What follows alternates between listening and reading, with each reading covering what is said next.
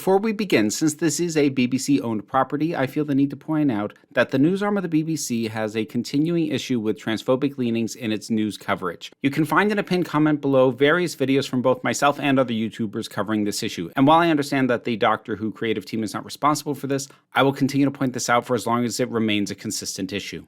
Thank you. Oh dear. The Daleks are revolting.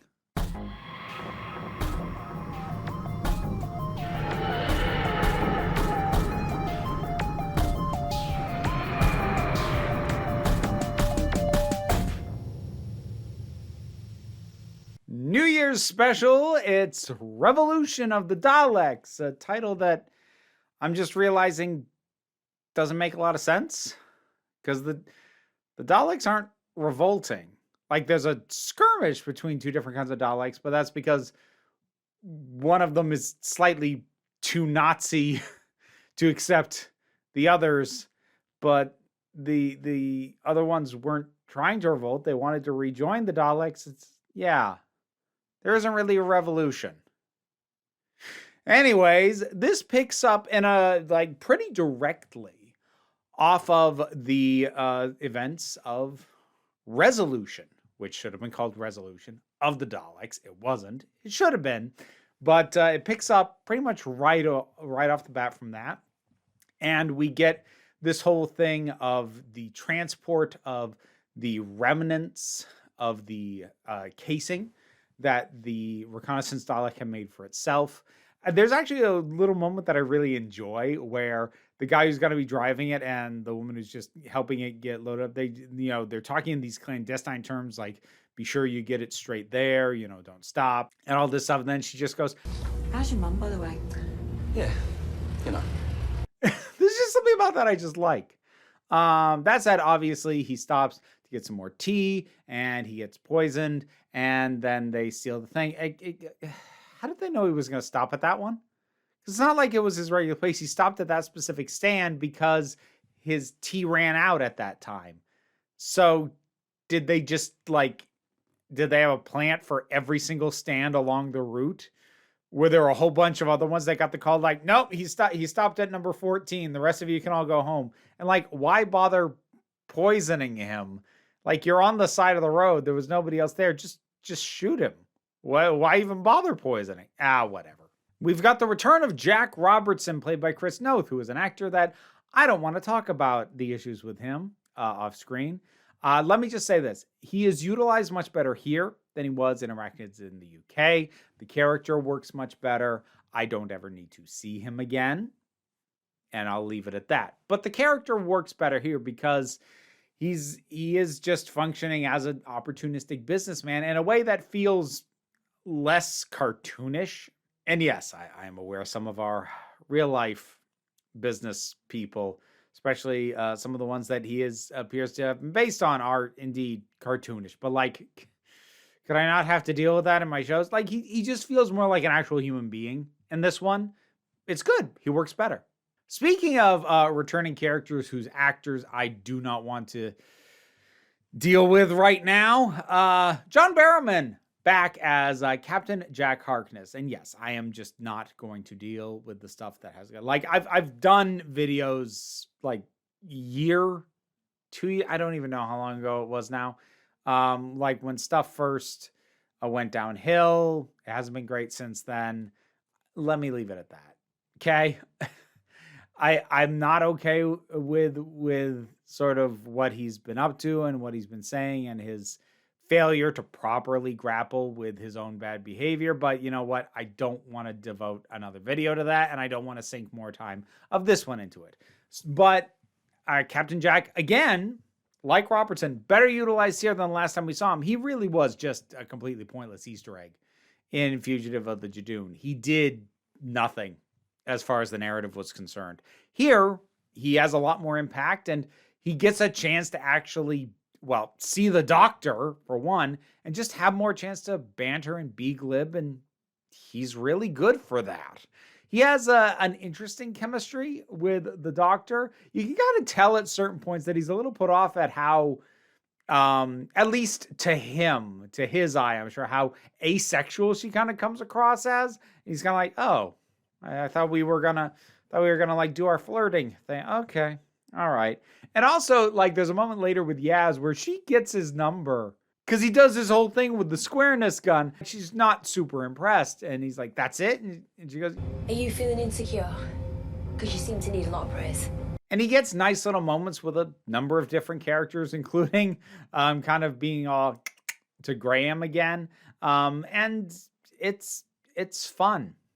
Jack is fun in this. If this is the last time we see him, which at this point I'm going to presume it will be, it's not like a proper send-off because it's not like fully focused on him, but it's a decent last appearance. Oh, the line I really love from him is towards the end when they're working out their plan to how to deal with the Daleks. Just the back and forth between him and the Doctor. How do you feel about boarding an SAS Dalek ship? Can I blow it up? Yes, please. My kind of plan. That's the kind of Jack moments I'm here for. I like it. In general, I kind of like the picking up on the reconnaissance Dalek overall. Sort of having this feel like a direct sequel to the previous holiday special is actually, I think, one of the better ideas Chibnall had. Like his 3 holiday special, well, New Year's specials, because I don't feel like counting the Legend of the Sea Devils. That's what it was. So nondescript. My brain melted.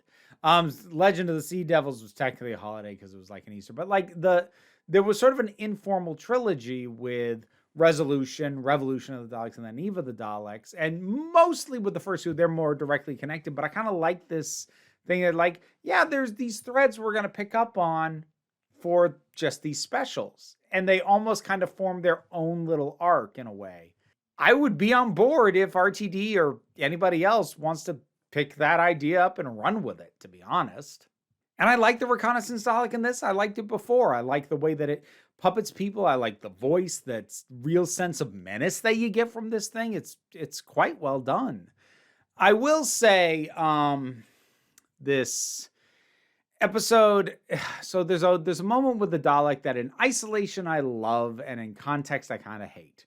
In isolation, the Doctor is pointing out, this is right before all these things teleport into their shells. The Doctor, because it's controlling Leo, and the Doctor points out, you don't have to kill him. Correct. I do not have to. And yet...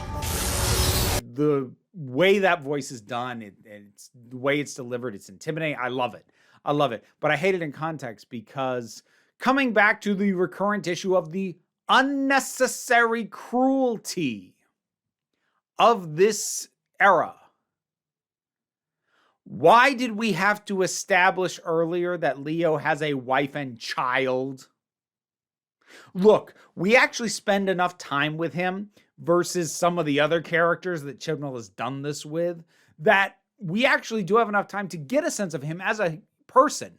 It's not like you need to tack on, has wife and child because you had no time to give him any personality traits. It's not like the random guard in a Resolution who was alive just long enough to have it pointed out that he was gay and was then killed. So that's literally the only thing we know about him. We got to know Leo a little bit. We got to know him through what he did, the way he interacted with the woman who becomes the prime minister and his sort of over-eagerness and how he bounces off of Robertson. Like, we get a sense of him as a person. So this kind of thing to try and force an investment, which never worked anyway, is deeply unnecessary and just makes it cruel. If we knew enough to care, then we care that he died. Making him now someone who is leaving behind a child and a widow is unnecessary and cruel. I think my thing with this episode overall is that it has a lot of potential that goes untapped. It's not a case of like, there are some things that are just completely left to die, like the few good ideas that were in Ascension of the Cybermen or the Timeless Children, but it's rather a case of like, you have something right there that is so good, you should probably strip a whole bunch of the other stuff out and really dig into that. And that thing is the idea of Daleks backing up police. And it's clearly done on purpose. The ways in which the Prime Minister goes on about security, talking about putting these rolling tanks on every street to make the world safe. And like even ignoring the fact that they don't know they're going to be deadly. They think they're equipped with a spray hose and gas and whatnot. I'm like, that's still a weapon that you want to put on every street and every port of entry that you just want there. So people know that at any moment, violence can be enacted upon them, and you call it security. The episode knows this has meaning. It draws emphasis to her use of the word security over and over again, but it doesn't really dig into that.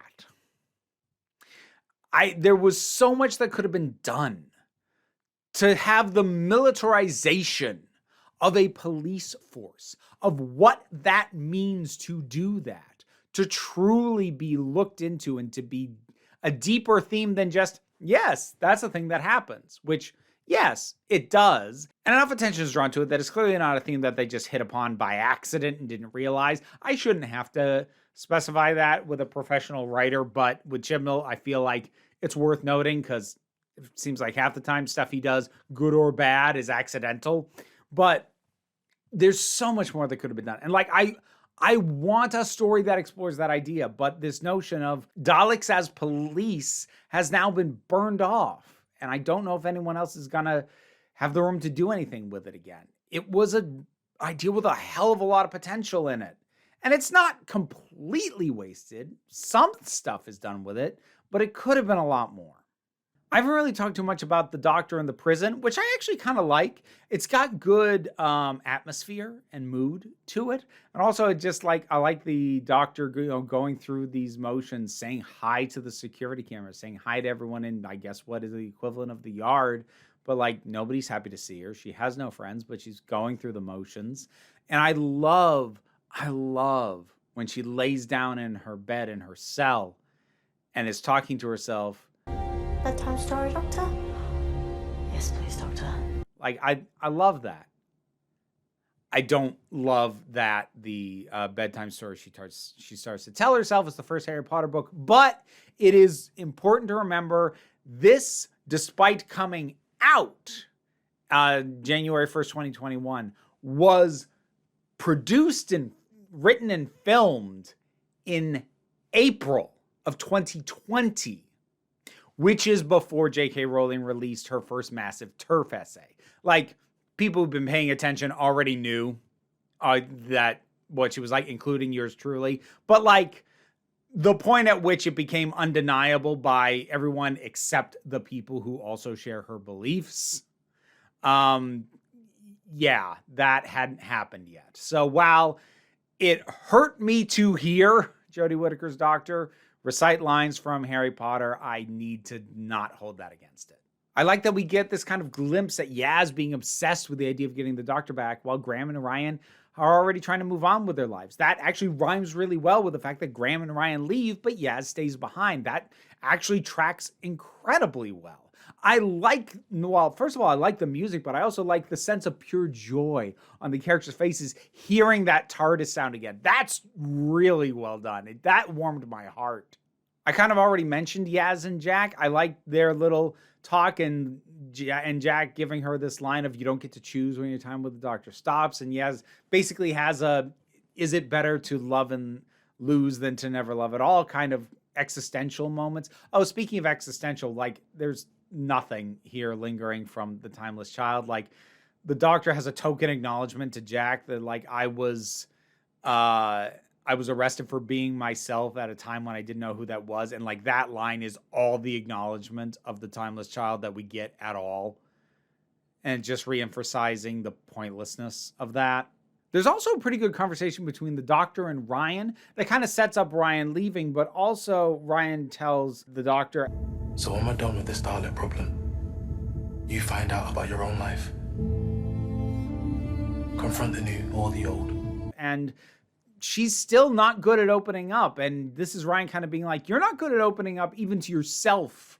So like, get better at that at least. And so again, when the show and the characters have dealt with and acknowledged the fact that she is very clammed up, I like those moments. Just in principle, I kind of like the Dalek factions fighting each other. Like, that's just a general concept of that I've been wanting Doctor Who to bring back. And I still do, because I wanted to come back in a bigger way than this, than a one-off episode, because like, that's very much something that happens with anything with the kind of hateful ideology that the Daleks have. Fractionalization, infighting, deciding that one kind of group is not actually pure as you are. Like, that's what happens, and I kind of would like to see Doctor Who get back into that. It was getting into it in the classic era, but it hasn't really properly dealt with it other than here. And I do like it here, but it's not much. So there's also the whole resolution on how the Daleks are defeated. So a couple things about this. The first is, I think it's a very clever idea. The whole thing of tricking them to just pour their Dalek forces into this TARDIS and trap them and then get rid of them. That's a clever solution. Now, I know a fair number of people take issue with this because it is established canon that the TARDIS, well, any TARDIS is alive. And so that does mean the Doctor killed a living thing, and theoretically, possibly the only other remaining TARDIS, other than maybe the Masters, that's still out there. She kills it with no acknowledgement of that. And yeah, that's not great. I'm not going to go off on it as hard, and that's not because it's okay, because it's really not. But the reason I'm not going to go off on that super hard is because where Chibnall drives me crazy is when he contradicts stuff that he himself brings up or fails to deal with things that he himself brings up. And he has never reiterated the idea that the TARDIS is actually alive. Now, that doesn't mean it isn't. It isn't suddenly non-canon just because he hasn't personally reiterated it with any specific emphasis during his time. But that to me says that like he didn't betray his own run. It is a little bit of a betrayal of how the TARDIS has been depicted and what the Doctor's moral guidelines should be, but because he's done that so much worse in other areas, I kind of shrug this one off, which is messed up. I feel like the exit for Ryan and Graham works pretty well. It had been established that Ryan had like almost recurrent nightmares of the dregs in Orphan 55, which not a great episode to have recurrent fears about, but that was established that like he is really worried about the future of the planet. He wants to stay here and try and make the world that he comes from a better place. And it makes perfect sense for Graham. If Ryan's going to stay, he's going to stay. That's his family. And I like their moments together towards the end. Them literally seeing Grace is like it's a little heavy-handed, but it's sweet enough that like I don't feel like getting mad about it. And I also kind of like that the very last image is Ryan still falling off the bike. Because again, just because you've been through a lot of stuff, you don't magically not have a disability anymore. It's great that he has grown, and that's demonstrated through the fact that he's not complaining about it. And he's willingly getting back on the bike and trying again. But, you know, it's good that the last image is him falling, because it's never going to stop being hard. That was nice. So, yeah, I guess that's it. I have fun with this. It doesn't stand up to a ton of scrutiny if you think too much about it. And there are little moments that and some wasted potential. But honestly, I stand by the idea that Chibnall's own scripts, not the best stuff of his era, but his best stuff is the New Year specials. I think that's his best writing that he did when he was in charge. But what did you think of this one? Whatever your thoughts are, drop something down in the comments. Let's talk about it. Patreon pays the bills. Link down in the description as well as links to other things that I do, other ways that you can support me if you want to help ensure that I can keep doing this as my living and, you know, feed myself and also my kid. But even if you can't, like, share, subscribe, help as well. Even if you're not up for that, it's okay too. Because what I really want you to remember is that you are beautiful, you're valid, and you are loved. You are the council. I'm just running the meetings. And until next time, this council is adjourned. And now my thanks to my highest supporters on Patreon. Robin Moore, Zubin Lufula, Tarak, the thing that goes doink in the anime, Oliver B., Melinda Walters, Emu Delkey, Leo the Boyd, Becky Sparks, Phernobulax the Poodle, Tracy Scrabbit, Angry Casperol, Tim Price, Adam R.D.L. Taylor, Shayla Gourlay, and Rosalind Bennett. Thanks for your support. And if you want to get your name in the credits, check out the rewards on the Patreon.